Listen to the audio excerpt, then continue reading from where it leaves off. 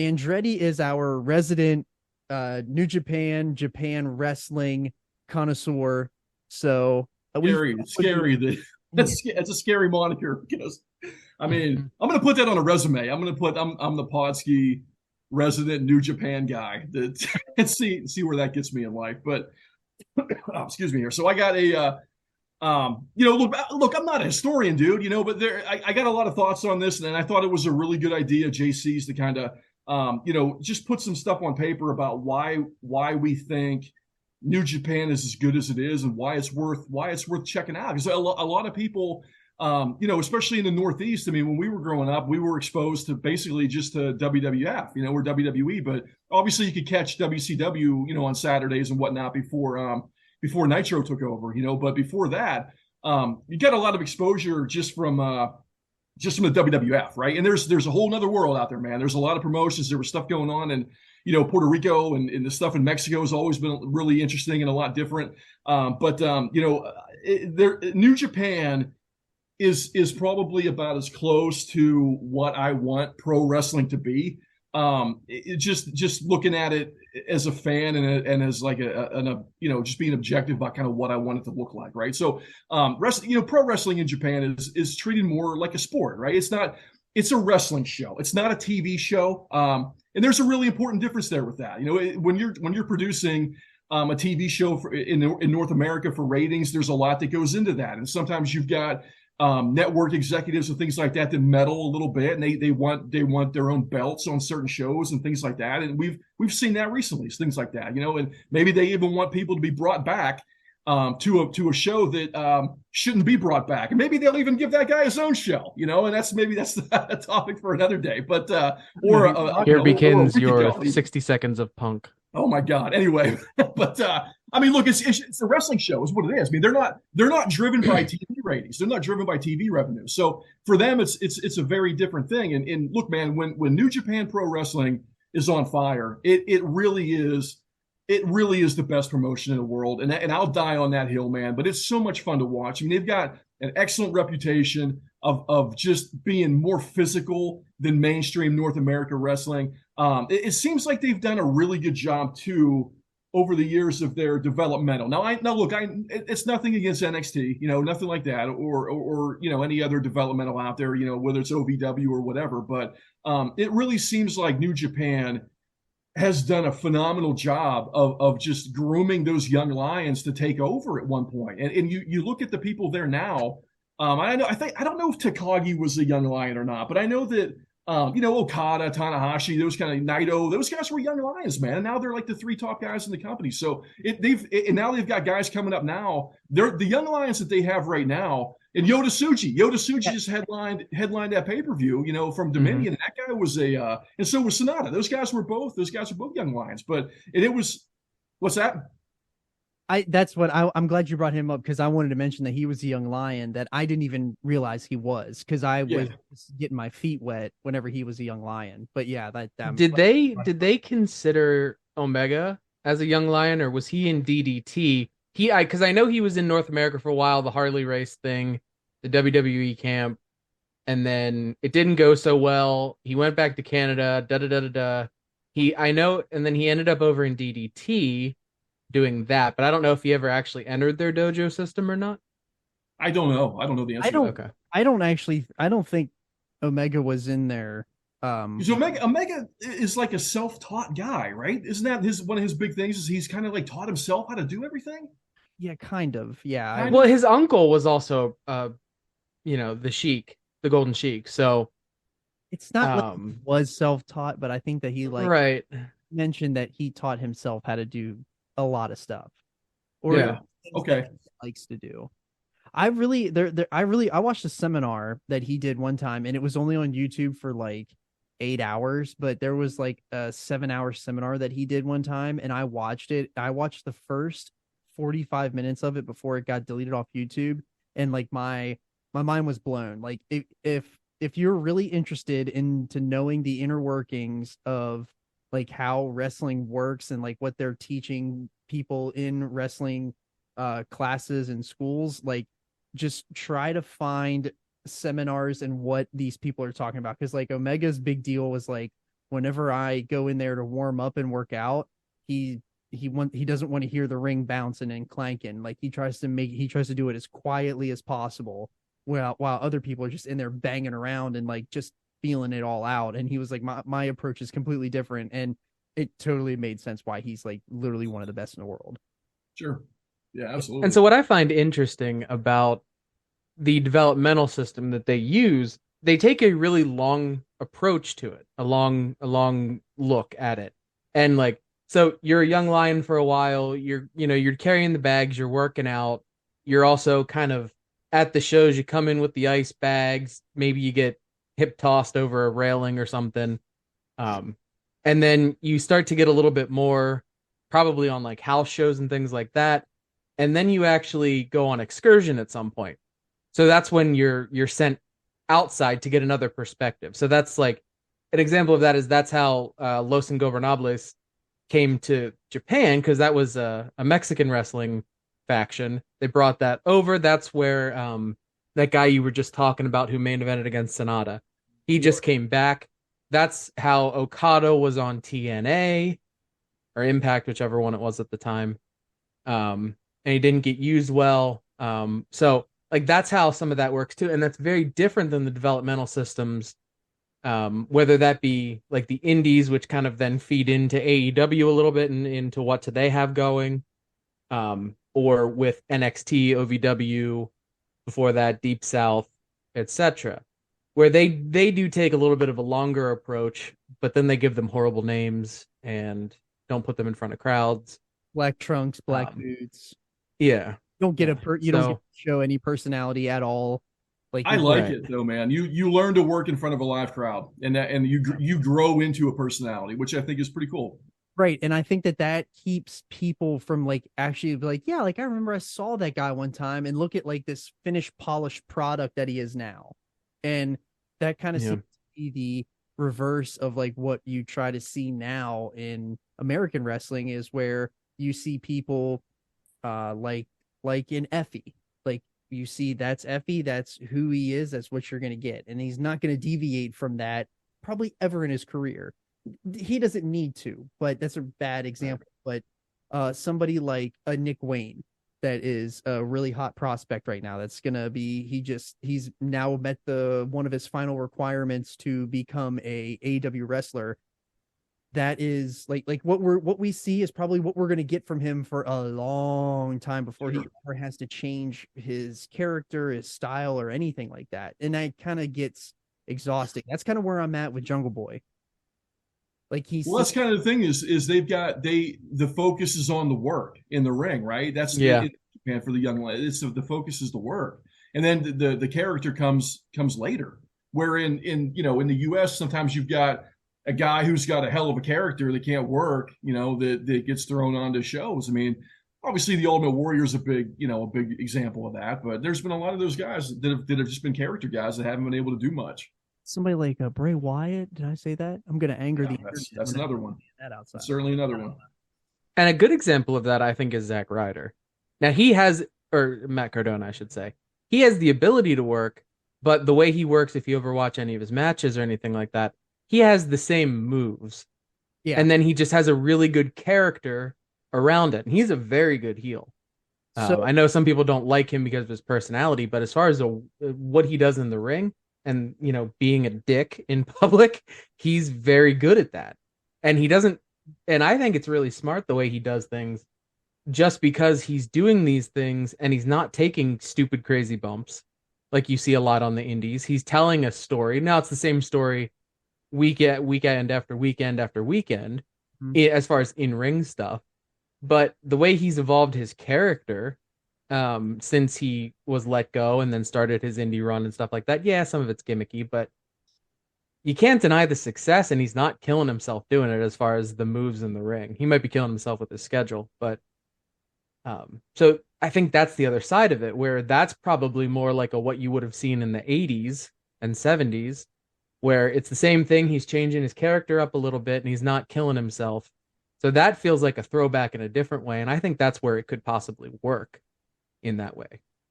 So yeah, and another one final point on like seeing characters and seeing the same kind of stuff over and over again. And this is probably not a good this probably isn't a good take, but I've seen while Andretti and I were in LA for WrestleMersion for WrestleMania week, we saw Speedball, Mikey Speedball, which loves Speedball. He was awesome.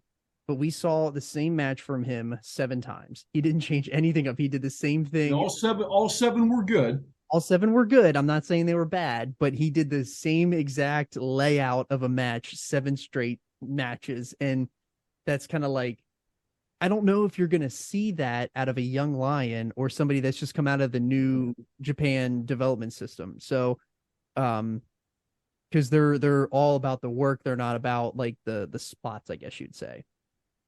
And to be fair, they said that same thing about Flair for years. Well, yeah, that too. Well, Flair turned into a cartoon too by the end. Well, yeah. You know, one of the things I really like about New Japan is just their consistency too. You know, I have been consistently in love with them as my favorite promotion since I started watching. I certainly can't say that about the other big, you know, wrestling promotions. But the thing about it is their resiliency too, you know, because they're a touring brand, a touring promotion that doesn't rely on TV money and things like that. But, you know, they've been through a lot of refreshes over the years where they get rated. They have talent that is unbelievable, whether it's, you know, it's Finn Balor or it's, you know, Ricochet or whoever. But like, you know, a lot of those people will leave New Japan and they'll go take a paycheck in the US. So when guys have to step up, they do, and it's usually pretty great. So when you lose people and somebody that was kind of like a mid-carder, upper mid-carder, or maybe even a lower mid-carder's got to step into those shoes, that person oftentimes will do a really good job of it once they do step up. But I mean, look, a perfect example of this. I mean, right now we're seeing Nakamura and Ricochet and Bronson Reed all working together in a WWE program. Well, look, there's 3 guys that were about to be huge stars in New Japan. I mean, Bronson Reed beat Okada. You know, it doesn't get any bigger than that from a New Japan, you know, standpoint. So, you know, that's been you know, something that just there. Look, I don't always agree with Gato's booking with how he does stuff, but we get there. Now, sometimes I think he gets there a little too quick, but you know, we get there with what he wants to do. And when they've got to refresh and they've got to rebuild and they've got to do it quickly on the fly to get asses in the seats, they end up doing a really good job of that. And I gotta, you know, hats off to them for how they're able to do that all the time. Yeah, and the other thing about Japan too is that their booking style is very faction based, where it's in America it's all about singles and tag teams, and it's not always the faction, and that's partly because of Vince. But in New Japan, their whole base is based off of these factions, which are Bullet Club, Chaos, LIJ, United Empire. Like, there is a very solid list of established factions that people go in and out of, and it's literally plug and play. It's a plug and play system that has literally worked time and time again. It would, from a North American standpoint, it would be like if the NWO still existed and there had been 400 people in the NWO over the last 25 years. Except only there weren't 400 people in it at one time. Yes. Yeah.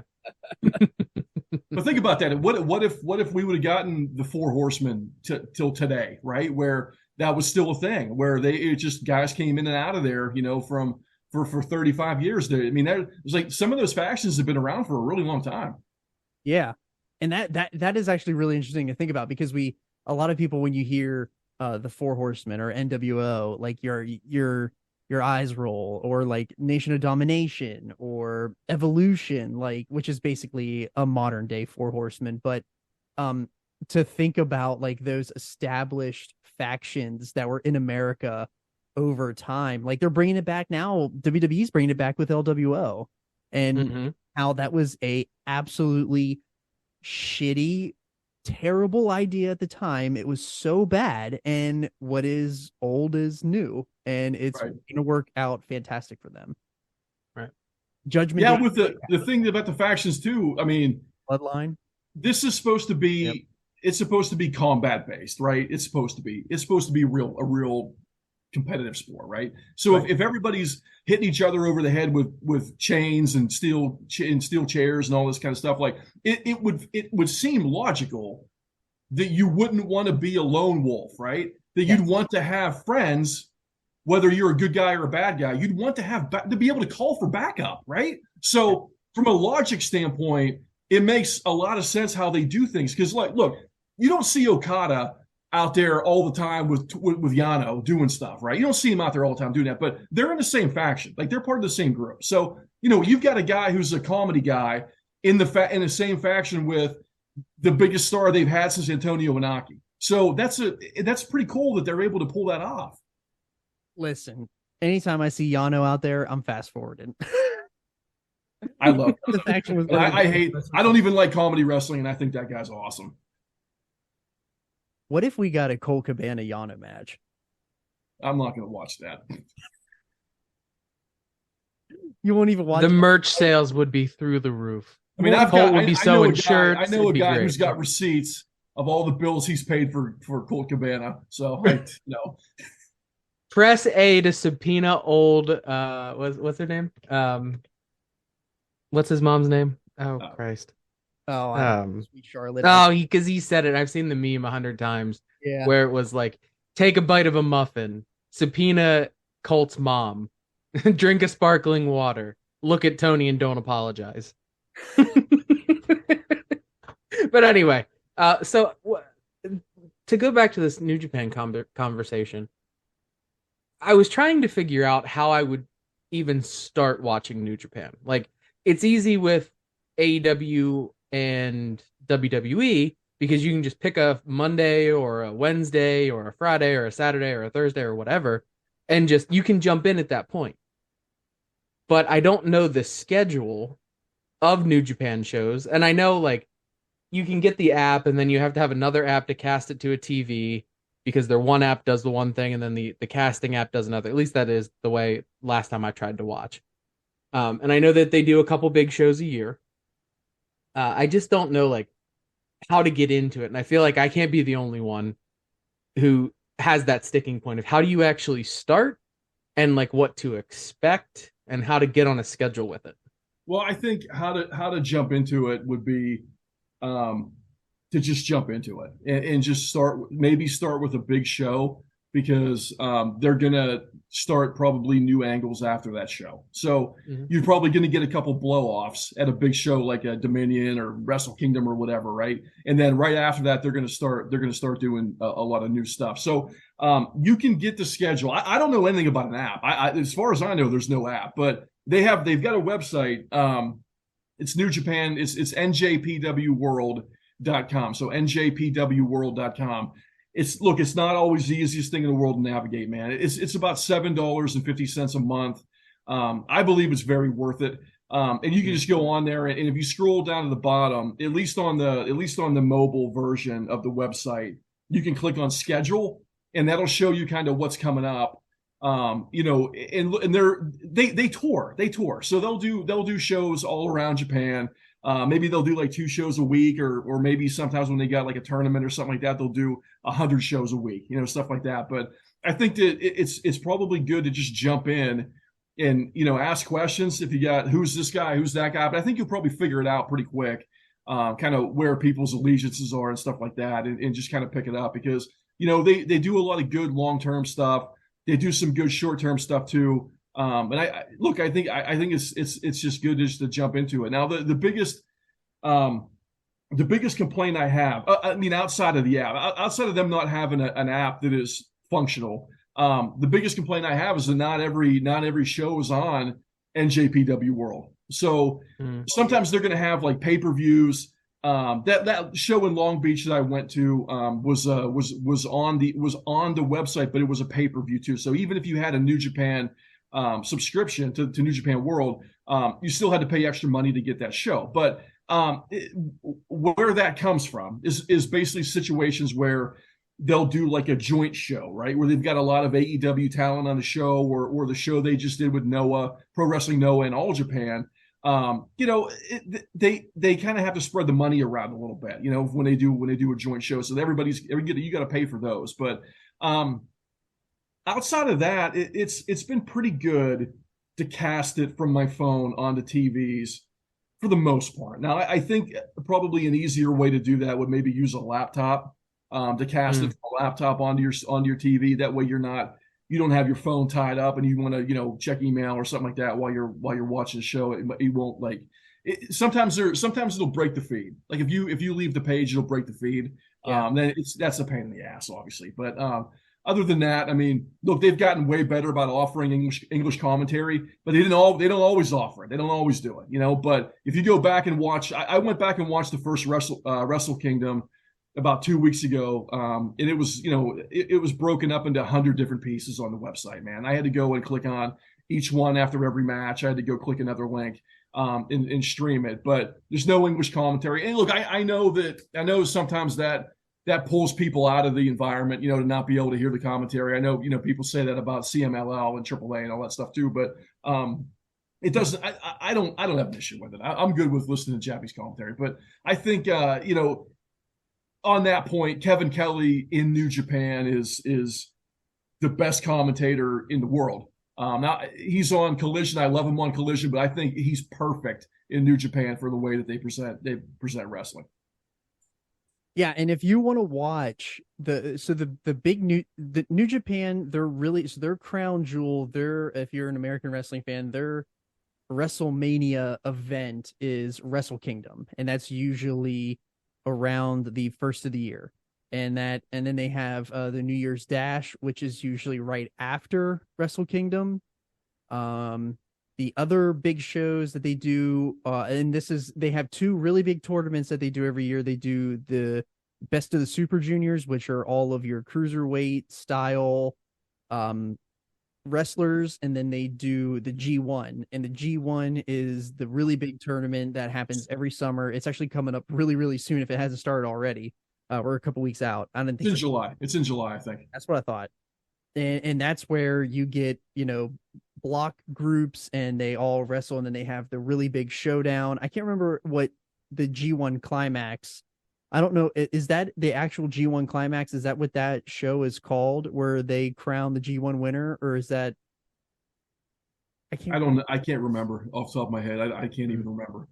But their other really big show is Dominion, and that just happened a couple weeks ago, and you heard us review that on the Podski. If you didn't hear that, go check it out in the archives. It's up on there. That was actually the Tooth and Nail episode 1. So, and that's Andretti's show as well. So if you don't know like what you're watching, or I would just say step into like a really big show like a Wrestle Kingdom or a Dominion, and you can kind of figure out pretty quickly. Probably Wrestle Kingdom is probably, if you want to watch the biggest show that they put on every year, Wrestle Kingdom is your best bet. And there's Wrestle Kingdoms with Chris Jericho, Kenny Omega, AJ Styles, Nakamura. So if you're looking for American wrestling as well, or American wrestlers that have gone over there, like the Wrestle Kingdom would probably be a really good place to start.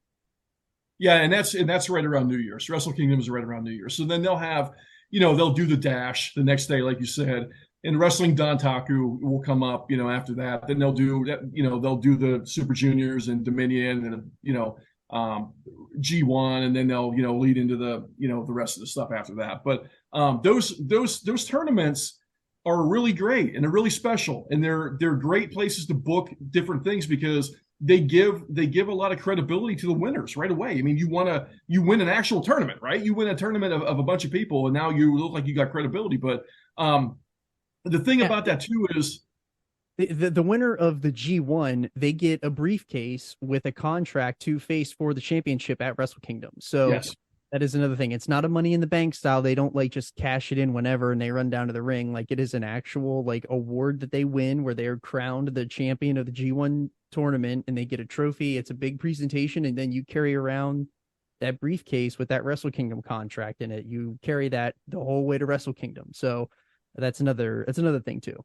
The tournaments too are great because you take losses in the tournaments that don't hurt you as a talent, right? Because I mean, I think sometimes in like North American wrestling, there's a tendency to not want to have people lose matches. But when if you're in the G1, you're probably going to lose a couple times, right? Even the big stars end up taking losses now and again in those tournaments. So, and people get pinned all the time. Guys get pinned and they lose, lose matches, and it doesn't hurt them in New Japan the way that losing here in North America hurts everybody. And it makes the fans kind of think less of them when they lose a match. It's more of, because it's so much more sport based. It makes sense for people to lose, right? Because even like when the Patriots were really good, and they would still lose to the Jets once in a while, right? Or they'd lose to the Falcons or whoever, right? So, every once in a while you have a chance of losing the game or losing a match. It's what it is. It feels real. They certainly weren't losing to the Dolphins. That's bullshit. They did it. They would split with the Dolphins a lot. I don't want to hear any of that. The shows too are like they're not skit, right? They're bang bang bang matches. It's match after match after match. You don't get a bunch of backstage nonsense with New Japan. There won't be backstage stuff. There won't be people coming out to the ring and talking. It's all wrestling, and it's all story based wrestling. So that's another thing too. It's completely a different presentation than what you'll see in American wrestling, where it's all about the backstage. It's all about the glitz and the glamour and the grandiose storytelling. It's the storytelling is told in the ring. So if you are a purist or anything like that, or just want to see something different, the way it's presented, this is absolutely the best way to see it. Yeah, and it's right now, JC, and for anybody else listening, this is a special time right now to jump into New Japan if you're thinking about doing it, because you've got Kenny Omega still working there. Tanahashi is still working. Okada is still on top of his game. That guy might be a top 10 guy ever. Okada. And they got Ospreay. Ospreay's there right now, who I personally think is the best talent in the world right now. He's the number one guy for me in the whole world. So there's a lot of really, really good talent right now in New Japan for sure.